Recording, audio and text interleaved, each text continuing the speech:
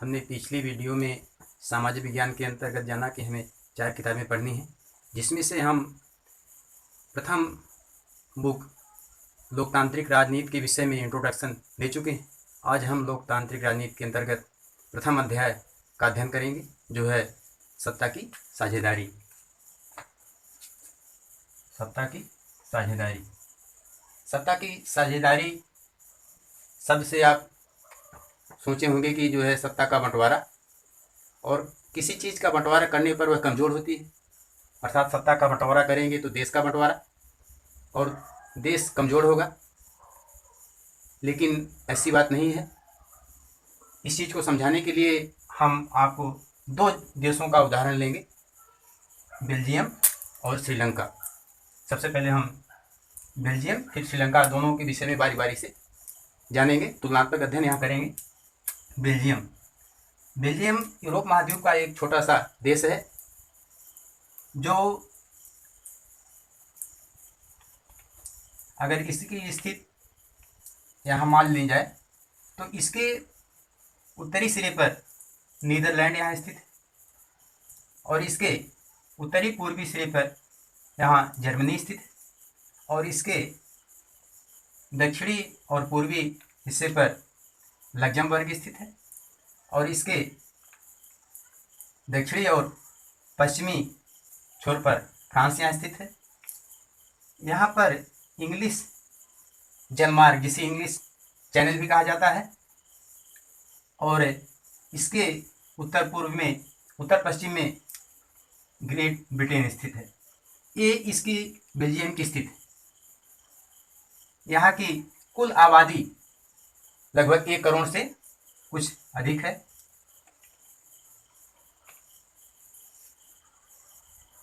कुल आबादी का 59%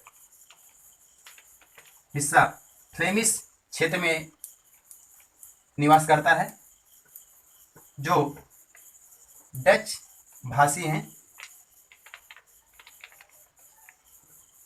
बेलोनिया क्षेत्र में कुल आबादी का 40% हिस्सा रहता है, जो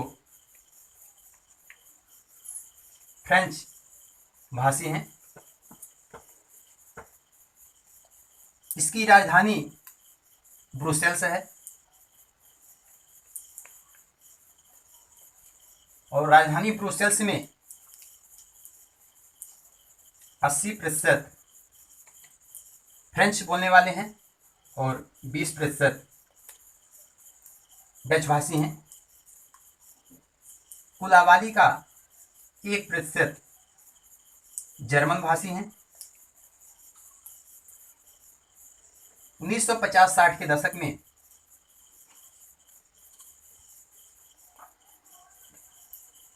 बेल्जियम में बहुसंख्यक डच भाषी अपने आप में अपनी स्थिति से नाराज होने लगे। उन्हें अपनी स्थिति से नाराजगी थी, क्योंकि वे बहुसंख्यक होते हुए भी सत्ता में और आर्थिक स्थिति, शैक्षिक स्थिति में कमज़ोर थे। इसलिए अपनी स्थिति पर उन्हें नाराजगी थी। 1950-60 के दशक में जब कुछ ये लोग आर्थिक और शैक्षिक स्थिति के रूप से मजबूत हो गए, तब फ्रेंच भाषियों से जो है थोड़ा मनमुटाव रखने लगे और टकराव की स्थिति पैदा होने लगी। श्रीलंका को हम देखते हैं। श्रीलंका 1948 में स्वतंत्र हुआ। यह इसकी स्थिति एशिया महाद्वीप में है। यह एशिया महाद्वीप में स्थित है। यह भारत के दक्षिणी प्रांत तमिलनाडु के दक्षिण पूर्व में स्थित है। इसकी आबादी लगभग 2 करोड़ है, जो हमारे हरियाणा राज्य के बराबर है। यहाँ पर कुल आबादी का 74% हिस्सा सिंहलियों का है,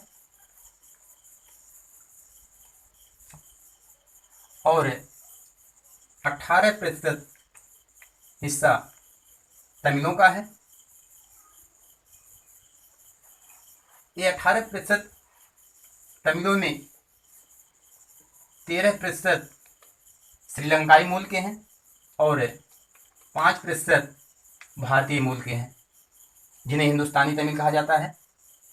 ये हिंदुस्तानी तमिल औपनिवेशिक काल में बागानों में काम करने के लिए मजदूर के रूप में वहां गए थे। उन्हीं की संतानें ये 5% हैं। हिंदू और मुसलमान, हिंदू और मुस्लिम दोनों धर्म वाले होते हैं, दोनों धर्म वाले हैं। और ये जो सिंहली हैं ये बौद्ध धर्मानुयायी हैं। कुल आबादी का 7% हिस्सा ईसाइयों का है। ये ईसाई सिंहली और तमिल दोनों भाषा बोलते हैं।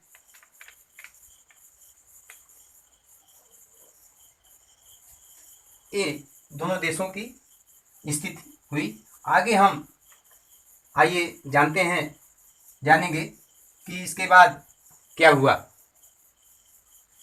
श्रीलंका में बहुसंख्यकवाद, आप देख रहे हैं कि यहाँ सिंहलियों की आबादी 74%, कुल आबादी का 74% सिंहली हैं।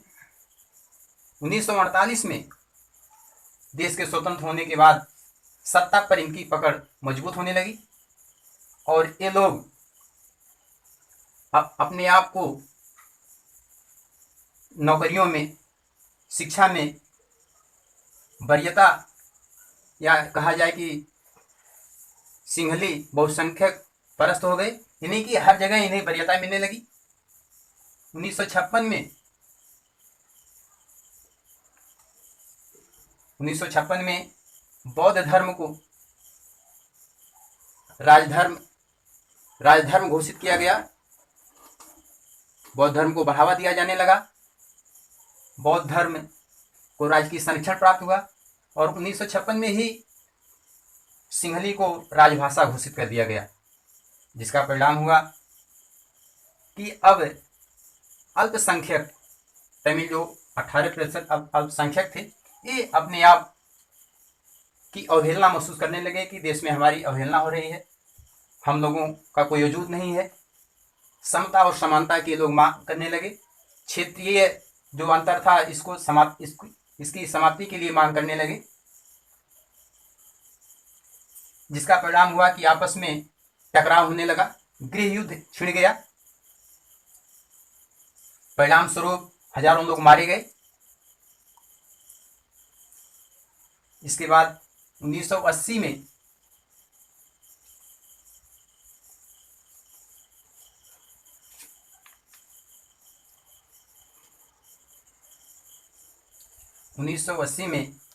तमिल भाषी लोग अपनी पार्टी बना लिए, तमाम संगठन बने और अपनी सरकार बनाने की मांग करने लगे।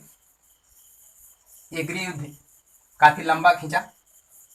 अंततः 2009 में गृह युद्ध समाप्त हो गया और आज श्रीलंका की स्थिति बेहतर है। अपने पड़ोसी देशों से उसकी शैक्षिक, आर्थिक, सामाजिक स्थिति बहुत ही बेहतर है। भारत से भी इसकी स्थिति आज अच्छी है। बेल्जियम के विषय में हम जानें। बेल्जियम की समझदारी। श्रीलंका ने अपने जो है शुरू में कंट्रोल नहीं किया। आप स्थिति देखें कि वहाँ की गृह युद्ध छिड़ गया, लेकिन बेल्जियम समझदारी से काम किया। यहाँ डच भाषी बहुसंख्यक थे, ये भी दबाव डाल रहे थे, लेकिन बेल्जियम ने समझदारी से काम किया और वहाँ सत्ता में समान रूप से साझेदार बनाया फ्रेंच भाषियों को और देश आज एक मॉडल के रूप में उभर कर आया है। बेल्जियम का मॉडल आप जानेंगे। वहाँ की सरकार जब बनी तो मंत्रियों की संख्या फ्रेंच और डच दोनों भाषियों के मंत्री बराबर बनाए गए ताकि कोई टकराव की स्थिति ना उत्पन्न हो। वहाँ भी अन्य देशों की तरह केंद्रीय और प्रांतीय सरकारें हैं। वहाँ एक तीसरे स्तर की सरकार बनाई गई है, सामुदायिक सरकार।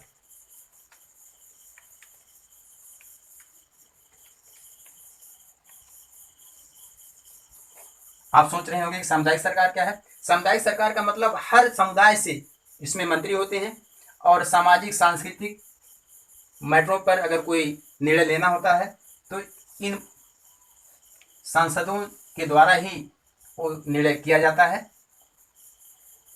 आप इस तरह से जाने कि सत्ता की साझेदारी का क्या आशय है, साझेदार बनाने से क्या फायदा है, साझेदार ना बनाने से क्या नुकसान है, जैसा कि आपने अध्ययन से देखा।